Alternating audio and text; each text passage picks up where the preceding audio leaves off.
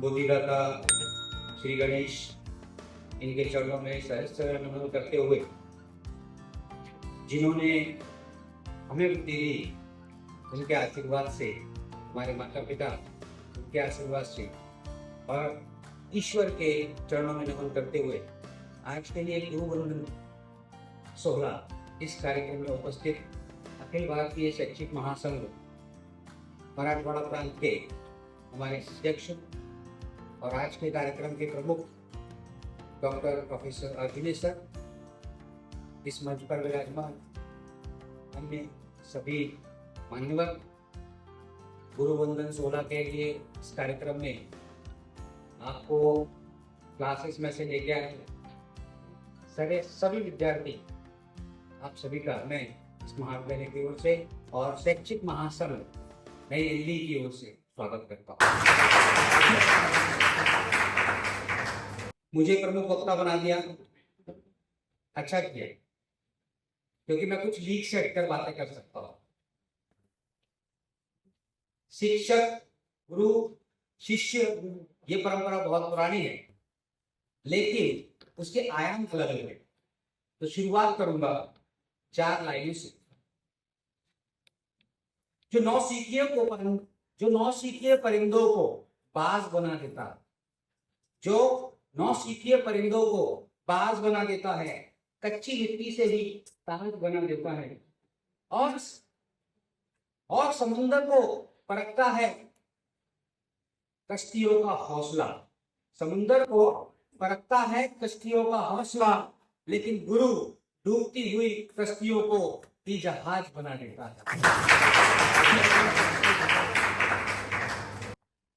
ऐसे गुरु आज के परिदृश्य में बहुत ही रेयर, जैसे बोलते हैं ना, कि विलुप्त हो चुके हैं, लेकिन उनकी परंपरा आज भी कायम है। उन्हीं की परंपराओं का अनुसरण करते हुए गुरु वंदन ये कार्यक्रम यहाँ पर ले रहे। गुरु, वो गुरु जो ज्ञान के दरवाजों को खोलता है और अज्ञानता के दरवाजों को बंद करता है।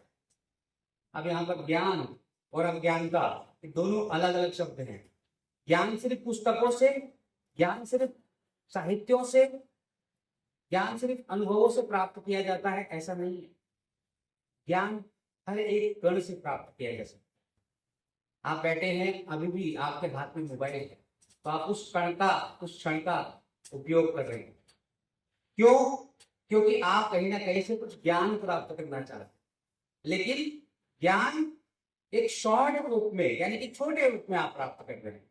अगर आपको असली ज्ञान की प्राप्ति चाहिए तो आपको क्या करना पड़ेगा? अपने गुरुओं को अप्रोच करना पड़ेगा। इसीलिए मैं बार बार यहाँ पर आपको गुरु शिष्य परंपरा के ऊपर केंद्रित करूंगा। गुरु ब्रह्मा गुरु विष्णु गुरु देवो महेश्वर, गुरु साक्षात परब्रह्म तस्मै श्री गुरुदेव नमः, ऐसा कहा गया है। गुरु के लिए प्रार्थना कही गई है। गुरु को परब्रह्म की रूपरेखा में रखा गया है, यानी गुरु भगवान के समकक्ष। घर में अपने माता पिता अपने गुरु होते हैं। आप में से कितने लोग सहमत हैं इस बात से? मेरा हाथ ऊपर करिए। सभी लोग सहमत हैं। जिनमें से 1-2 लोगों का हाथ नहीं उठाया, उनके हाथ में मोबाइल होगा शायद। तो अपने माता पिता अपने गुरु के रूप में हमें जीवन भर अपने साथ रखते हैं, लेकिन जब महाविद्यालय या किसी शैक्षणिक संस्था में या किसी प्रशिक्षण की जगह पर हम जाते हैं, तो हमें एक नए मेंटर का हमारे लाइफ में उनकी प्रचिति होती है, और वो प्रचिति हमारे लाइफ को चेंज करती है, हमारे लाइफ को एक नया रास्ता दिखाती है। और वैसा रास्ता दिखाने वाला होता है एक प्रणेता। उस प्रणेता का नाम होता है गुरु। अब गुरु कौन हो सकता है? कौन हो सकता है गुरु? क्या सिर्फ शिक्षक पदवी प्राप्त करने वाला ही गुरु हो सकता है? कितने लोग सहमत होंगे इस बात से?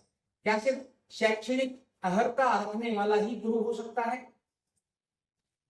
सहमत हो तो हाथ ऊपर कर सकते हैं, नहीं सहमत हो तो कोई बात नहीं, आप नहीं करेंगे तो मैं समझ लूंगा। तो फिर कौन होता है गुरु? आई माझं गुरु आई कल्पतरू, सुना है ना? यही से शुरुआत है। अपने परिवार से ही गुरु की शुरुआत है। लेकिन जब हम बाहर जाते हैं, अपने पारिवारिक क्षेत्र को छोड़कर जब नए संसार में जाते हैं, तब जो व्यक्ति मिलता है और जो हमें ज्ञान की प्राप्ति कराता है, वो होता है गुरु। चाहे वो एक क्षण का हो या कुछ वर्षों का या फिर जीवन भर का, हमारे मन मस्तिष्क पर अपनी छाप छोड़ जाता है, वो होता है। हमें चलयमान करता है, हमें बुद्धि देता है, हमारी बुद्धि को जो द्विगति देता है, यानी कि डबल स्पीड में जो चालन देता है, ऐसा होता है गुरु। गुरु की कोई एज नहीं होती, गुरु की कोई उम्र नहीं होती, गुरु की कोई लेवल पात्रता नहीं होती। गुरु एक गुरु ही होता है, ऐसा मेरा अपना मत है। लेकिन अगर आप भी अपने जीवन में देखेंगे तो आपको कोई ना कोई ऐसा गुरु जरूर मिलता होगा जो कुछ ना कुछ आपको सिखाता होगा। आप गए बाजार में, आलू ले ले,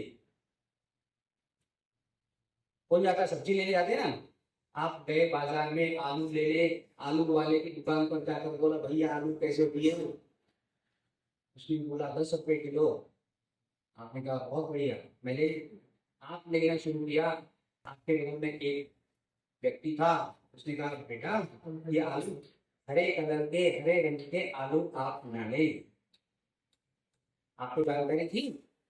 नहीं थी। उस व्यक्ति ने आपके ज्ञान के प्रकाश डाला, आपको बताया हरे कलर का आलू नहीं ले। क्यों ना ले? क्योंकि उस आलू की जो स्वाद है, वो स्वाद आपको नहीं प्राप्त होगा। आपके ज्ञान में प्रकाश हुआ, एक छोटे से व्यक्ति ने, एक छोटे से अनजान व्यक्ति ने आपको बता दिया, आपके ज्ञान में प्रकाश डाला कि उस आलू को किस तरीके से आपने इस्तेमाल करना है, खरीदना है। उसने भी अपने गुरु का ही काम किया, एक क्षण भर का वो आपका गुरु बना। छोटे बच्चे, नन्हे बच्चे कई बार हमें कुछ सीख दे जाते। मैं रास्ते पर जा रहा था, छोटे छोटे बच्चे थे, एक एग्जाम्पल देता हूँ आपको, बिल्कुल जीवंत उदाहरण है। यहाँ गेट लगा हुआ है, गेट में से अपनी गाड़ी लेके जा रहा था, दो छोटे बच्चों ने मेरी गाड़ी को हाथ दिखाया, फोर्स में। वहां पे स्केटिंग की प्रैक्टिस चल रही थी। बच्चों ने मुझे रोक के कहा, सर आप कहाँ जा रहे हैं? मैंने कहा मैं अंदर मेरा घर है, वहां जा रहा हूँ। उन्होंने कहा यहाँ पर स्केटिंग चल रही है, आप थोड़ा सा बाजू से चलिए। छोटे छोटे दो बच्चों ने मुझे रोका, उन्होंने कहा आप रास्ते पर से थोड़ा बाजू में चलिए, यहाँ स्केटिंग चल रही है। क्या मुझे पता नहीं था? मुझे पता था, पर मैं बाजू में चलने की दिशा से पहले ही उस बच्चों ने मेरा कर दिया, मुझे बोधन कर दिया कि आपको अपने मार्ग को निश्चित करना है। मुझे बड़ा खुशी हुई, मुझे बड़ी खुशी हुई। मैंने सोचा वाह, छोटे छोटे बच्चे भी हमें ज्ञान की प्राप्ति करा सकते हैं, तो वो भी हमारे उस क्षण के गुरु हुए। ऐसे गुरुओं का वंदन हम अपने जीवन में नहीं करते, हम अभिनंदन करते हैं उन्हीं गुरुओं का जो आपको कुछ प्रॉफिट दे दे, आपको कुछ फल दे। तो गीता में कहा है कि कर्म करे जो फल की इच्छा मत करे, क्यों? लेकिन हम फिर भी अपने गुरुओं का वंदन करते हैं जिनसे हमें फल की प्राप्ति होती है। पूछने में अपेक्षा जो अपेक्षा ना करे वही तो सीखे हैं, अपेक्षा ना करके सिखाए वही तो गुरु है। गुरु कौन? गुरु वही है जो अपना सर्वस्व त्याग दे, अपना सर्वस्व त्याग कर, अपने सपनों को जोड़कर, अपने भविष्य की चिंता ना करते हुए उन बच्चों का भविष्य बनाए, उन बच्चों के सपने पूरे करे, उन विद्यार्थियों को ऊपर लेकर जा सके, उस स्तर तक लेकर जा सके।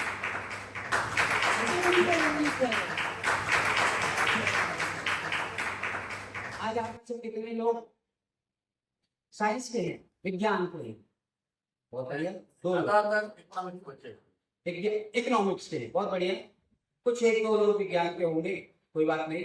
आप में से कितने लोग इकोनॉमिक्स के जो लोग हैं उनसे मैं एक सवाल पूछता हूँ, मुझे ईमानदारी से उत्तर चाहिए मित्रों। कितने लोग ऐसा मानते हैं कि दुनिया में सबसे ज्यादा पैसा कौन से क्षेत्र से कमाया जा सकता है? इकोनॉमिक्स के सभी आप लोग हैं। दुनिया में सबसे ज्यादा पैसा आप किस क्षेत्र में जाकर कमा सकते हैं? चलिए सबसे ज्यादा नहीं, थोड़ा पैसा बोलते बस। हाँ, बिजनेस। सही जवाब है, इसके लिए तालियां होनी चाहिए। बिजनेस में थोड़ा नहीं, बिजनेस में तो अटूट संपत्ति कमाई जा सकती है। उसके बाद कौन सा ऐसा पेशा है जिसमें आप बहुत सारा पैसा कमा सकते हैं, बताइए। मेडिसिन का क्षेत्र, इंजीनियरिंग का क्षेत्र, है ना। और कई ऐसे क्षेत्र हैं जहां पर आप छोटे छोटे बिजनेस शुरू करके बहुत पैसा कमा सकते हैं। लेकिन शिक्षा का एक ऐसा क्षेत्र है जिसमें पैसा नहीं कमाया जा सकता, सिर्फ और सिर्फ आपके नाम, आपके गुरु की जो क्षमता है उसको कमाई जा सकती है। यही एक ऐसा पेशा है जिसमें सैलरी उतनी ही रहती है, इच्छाएं इंसान अपनी दबा के अपनी सारी जो भावनाएं हैं, पारिवारिक जवाबदारियां हैं, उनको भी श्रिंक करके, छोटा कर करके उन बच्चों को इंजीनियर बनाते हैं, उन्हीं बच्चों को डॉक्टर्स बनाते हैं, उनको साइंटिस्ट बनाते हैं, उन्हीं को अर्थशास्त्री बनाते हैं और उन्हीं को व्यवसायिक बनाते हैं। वही तो काम है गुरु का। ऐसे गुरुओं को नमन करना चाहिए। तो मेरा तो कोई गुरु नहीं है, झूठ है वो वक्तव्य अगर आप ऐसा कहते हैं कि मेरा कोई गुरु नहीं है। आपके जिस जीवन में आपने जन्म लिया उस जीवन से अंत तक आप गुरु ही आपके आसपास रहते हैं। मैं आपको बार बार यही बोलूंगा, कण कण में भगवान है, कण कण में ईश्वर है और ईश्वर ही गुरु के सम्मान में, गुरु के समान है। किसी ने ठीक कहा है कि ऐसे जियो जैसे तुम्हें कल मरना हो। किसी ने ठीक कहा है कि ऐसे जियो जैसे कि तुम्हें कल मरना हो, लेकिन सीखो ऐसे कि तुम्हें हमेशा लगे कि जैसे कि तुम्हें हमेशा जीना। सीखने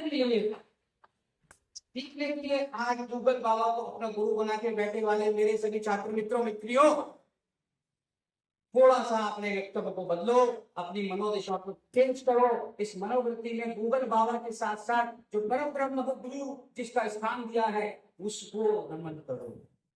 आपके अंदर मन में गुरु के प्रति सम्मान की भावना आपको आप जगनी चाहिए।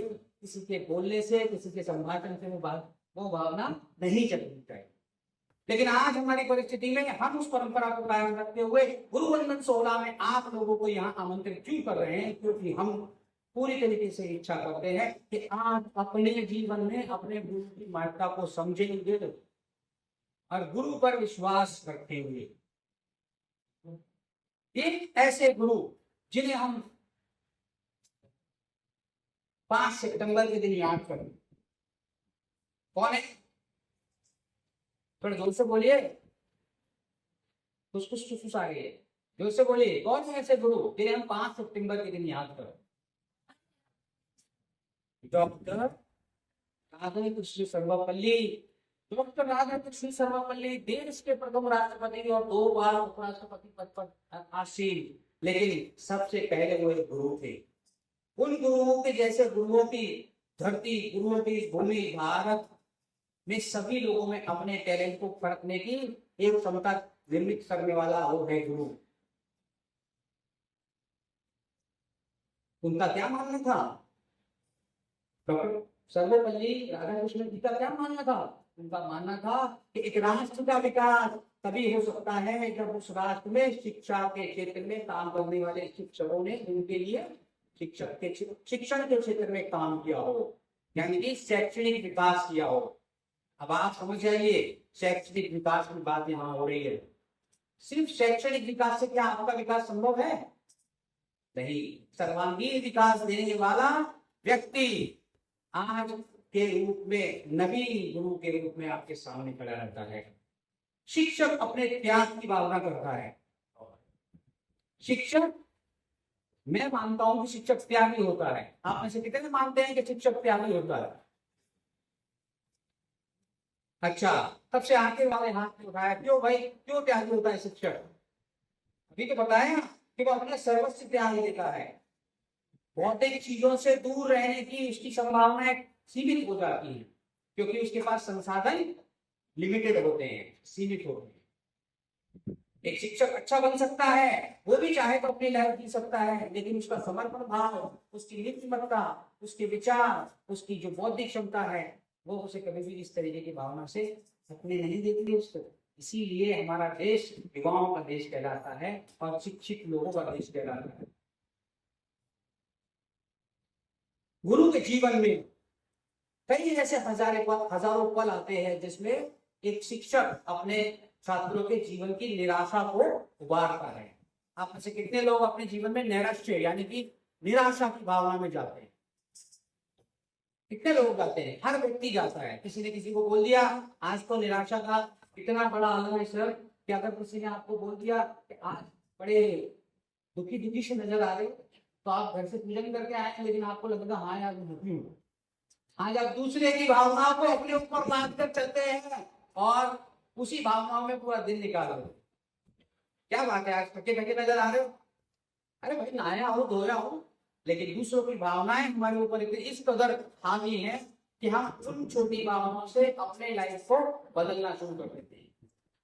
शिक्षक भी उन भावनाओं से आपको दूर रखने के लिए, परावृत्त करने के लिए मदद करता है। इसके लिए जरूरी है एक सुसंवाद। सुसंवाद, सु सु सु सु सु सु कि हाँ यही संवाद। जब हम संवाद को संवाद के रूप में लेते हैं तब संवाद, नहीं तो क्या हो जाता है? साइलेंस हो जाता है। एक शिक्षक और स्टूडेंट, एक छात्र के बीच में जब साइलेंस होता है तो वो शिक्षक भी बेकार है और वो विद्यार्थी भी बेकार है। शिक्षा और शिक्षक और शिक्षा के शिक्षार्थी के बीच में संवाद होना अत्यंत महत्वपूर्ण है। तो हम में से कितने लोग अपने गुरु के साथ संवाद करते हैं? अपने फैमिली में आने वाली परेशानियों को, जिससे हमारा मन चल विचल हो जाता है या विकृत होने की अवस्था आ जाती है, तब हम अपने शिक्षकों को याद करते हैं कि नहीं करते हैं? अगर आप अपने शिक्षकों को याद करते हैं तो सही मायने में वो गुरु ही है, जिसकी वजह से आप उसको याद तो करते हैं, स्मरण तो करते हैं अपनी परेशानियों को। तो मित्रों, गुरु वंदन के रूप में आप एक बात को अपने जीवन में मान लें कि अपने गुरु को अपना मित्र, अपना बड़ा, अपना ईश्वर, सर्वस्व समझने के लिए आज से ही प्रयासरत हो जाएं। माता पिता जितना आपको घर में प्रेम देते हैं, उतना ही आपके गुरु आपको बाहर आप जब मिलते हैं, उनकी जीवन से जुड़ते हैं, तो वो आपको भी उतना ही स्नेह, उतना ही प्रेम देते हैं। कभी कभी नाराज भी होते हैं। उनकी नाराजगी उस कुम्हार की जैसी होती है जो शेप देने के लिए मट्टी को भी घुमा घुमा कर तबकी लेकर मटका बना लेता है और एक सुंदर सा कलसा बना लेता है। ये होता है गुरु। गुरु शिष्य प्रेम पिता पुत्र के प्रेम से बढ़कर है। क्यों बढ़कर है? गुरु शिष्य का प्रेम पिता पुत्र के प्रेम से बढ़कर है। क्यों बढ़कर है? पिता की कई बातें अगर आप सब लोग समझ जाते हैं तो सब दुनिया ही बदल जाती है। गुरु का इतना महत्व है कि गुरु ने एक बार कह दिया कि आज ये आपको करना है, आप उसे करते हैं, और पिता ने कह दिया आज आपने ये करना है, आप उसे करते ही नहीं। फिर पिता भी गुरु के पास आता है और बोलता है गुरु जी से समझाइए, गुरु जी से समझाइए। आज यही गुरु की महत्ता है। गुरु पिता से ही बड़ा पद प्राप्त व्यक्ति है। जिसका कोई गुरु नहीं होता, उसके माता पिता गुरु होते हैं, उसके ईश्वर गुरु होता है। ये तो मैंने आपको बता ही दिया। लेकिन गुरु हमेशा एक ही रहता है और वो कण कण में व्यापक है। गुरु कुंभार शिष्य कुंभ है, गड़गड़ काटे खोल। गुरु कुंभार शिष्य कुंभ है, गड़गड़ काटे खोल। काटे खोल मतलब ठीक ठीक करना, बार बार ठीक करना। गुरु कुंभार है। अंतर हाथ सहार दे, अंतर हाथ सहार दे, बाहर मारे। गुरु कुंभार के रूप में काम करता है। गुरु कुंभार के रूप में उस मिट्टी को बनाता है और वो मिट्टी पे थापे मार मार के बाहर से अंदर से उसको संवारता है, हाथ देता है, और बाहर से थापे मार के उसको सुंदर आकृति बना देता है। और वही होता है गुरु। बड़ी बड़ी बातें कही गई है गुरु के बारे में। तो फिर गुरु से ज्ञान लेना चाहिए कि नहीं लेना चाहिए? फिर गूगल से ज्ञान लेना चाहिए नहीं लेना चाहिए? लेना चाहिए। ज्ञान की सत्यापन यानी कि इसकी वैलिडिटी आप कैसे करेंगे? आपने जो ज्ञान प्राप्त किया उसकी वैलिडिटी आप कैसे मापेंगे? कि गुरु को आपको विश्वास दिलाएगा कि ये व्यक्ति या ये बात या ये तत्व सही है। गूगल आपको विश्वास नहीं दिलाएगा, गूगल आपको जानकारी परोसेगा। तो आप उस जानकारी का उपयोग अपने मन मस्तिष्क पे कर लेंगे और उसी की तरह से आप काम करेंगे जैसे हम लोग आज व्हाट्सएप की जिंदगी जीते हैं। टीचर्स डे आया, हैप्पी टीचर्स डे। टीचर बगल में है, उनको देख के इग्नोर करके चले जाएंगे, लेकिन व्हाट्सएप पे मात्र happy teachers day to all ऐसे डाल देंगे। वाह, सोशल मीडिया। गुरु शिष्य की परंपरा सोशल मीडिया की ढूंढी नहीं है। गुरु शिष्य की परंपरा दिखावे की ढूंढी नहीं है। ये बात बिल्कुल सच है, परम सत्य है। गुरु आत्मा से बनाइए, मिलिए उनसे, उनको सम्मान दीजिए। तो अंत में थोड़ी सी दो बातें और कहूंगा सर, फिर अपने शब्दों को विराम दूंगा। मैंने जैसे आपको बताया था, मैं लीक से हटके बात करूंगा। लीक से हटके ही मैं बात कर रहा हूं कि ज्ञान लेकर अच्छे इंसान बनो, ज्ञान लेकर अच्छे इंसान बनो, गुणवान बनो, निष्ठावान बनो, धनवान बनो, कीर्तिवान बनो, परंतु सबसे पहले एक अच्छा इंसान क्या इंसान बना लिया। कभी जाना कि गुरु ने तुम्हारे लिए कुछ तो तुम्हारे गुरु ने काम कर दिया। अगर गुरु ने काम किया तो तुम अच्छे इंसान बने। घर के संस्कारों से आप अच्छे इंसान बन सकते हैं, लेकिन गुरु के व्यवहार से आप और अच्छे इंसान बनेंगे, अपने जीवन में आप प्रगति करेंगे। क्योंकि एक तो पढ़े लिखे की पहचान है कि आपको निष्ठावान और मेहरबान, घमंड नहीं करना है। आपके ज्ञान का कभी घमंड नहीं करना है, आपके यश का कभी घमंड नहीं करना है, आपके धन का कभी घमंड नहीं करना है। अगर आपने घमंड किया तो आप आपकी निष्ठा से नीचे उतर जाएंगे। क्योंकि झुकता वही है जिसमें जान होती है, झुकता वही है जिसमें जान होती है, और अकड़ना तो मुर्दे की पहचान होती है। इसलिए अकड़ नहीं रखती है, पकड़ रखती है दोस्तों, साथ लेकर चलना है, चौकों को लेकर चलना है, दुनिया को लेकर चलना है, उनका नहीं करना है। आपकी तालियों से समझ नहीं पाऊंगा, लेकिन मुझे आदत है ताली सुनने की। आप बजाते रहिए, मुझे कोई फर्क नहीं पड़ेगा, लेकिन मुझे खुशी हो गई कि आप अपनी एनर्जी को खर्च कर रहे हैं। तो चलिए एक साथ सभी गुरुओं के लिए 3 ताली से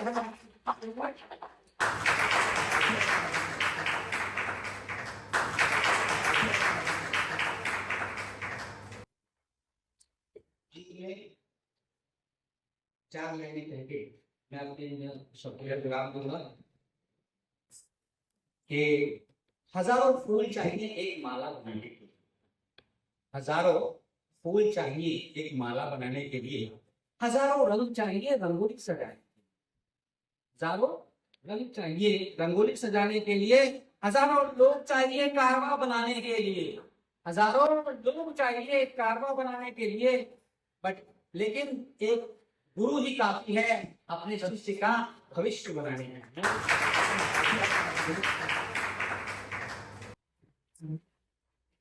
तो मुझे यहाँ बोलने की संधि दी और मुझको विश्वास जताया कि आप अपने विद्यार्थियों को संबोधित करें।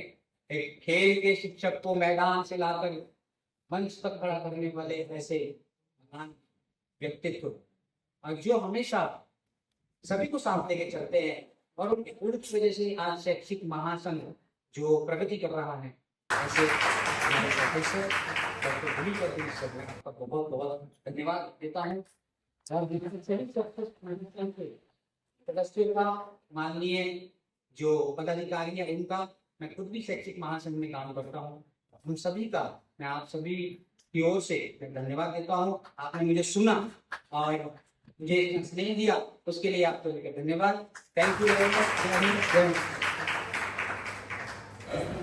जो आयोजित गुरुवंदन सोहळा या कार्यक्रमाचे प्रमुख वक्ते शैक्षिक महासंघाचे जिल्ह्याचे अध्यक्ष डॉक्टर हेमंतजी वर्मा सर, ज्या डिपार्टमेंटच्या वतीनं हा कार्यक्रम राबवला जातोय त्या PG डिपार्टमेंटचे हे doctor Potre sir, Hinge sir, उपस्थित असलेले सर्व गुरु, Dayma madam, Jadhav sir, Shaikh madam,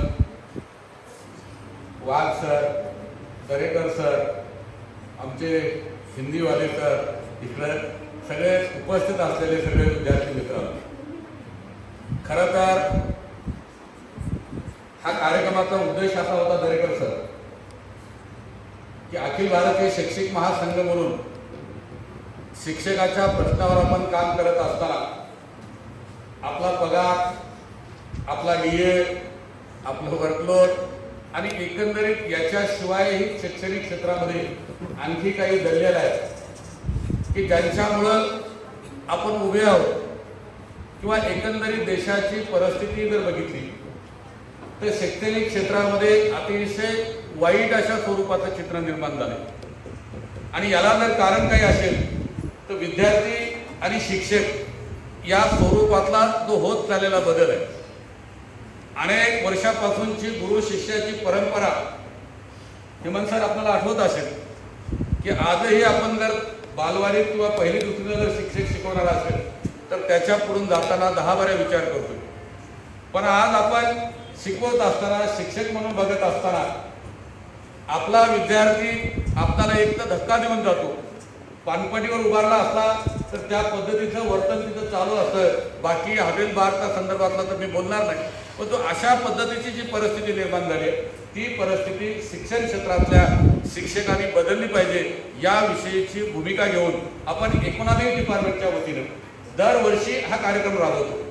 हेतू असा आहे की शिक्षक आणि विद्यार्थ्यातलं जे नातं आहे, कारण वर्मा सरांनी अतिशय चांगल्या पद्धतीनं या ठिकाणी मांडणी केली की जिथं मुलांचं आपलं बंधूचं काही चालत नाही, नातेवाईक काही चालत नाही किंवा वडील आई वडिलांचंही चालत नाही, अशा वेळेस तो पालक म्हणतो की गुरुजी आमचं हे ऐकत नाही, तुम्ही जरा समजावा. आणि ही जर कशाची भूमिका असेल तर समाजामध्ये असलेलं गुरुत्व स्थान आहे.